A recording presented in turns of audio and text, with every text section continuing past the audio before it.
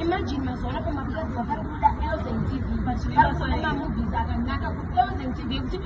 shema kuloji batikana kwa polisi kama movie wangu ukaenda kwa channel ya LSM-TV wangu unaona movie if there's a movie released by LSM-TV is on the replay my page what is there the most movies by LSM-TV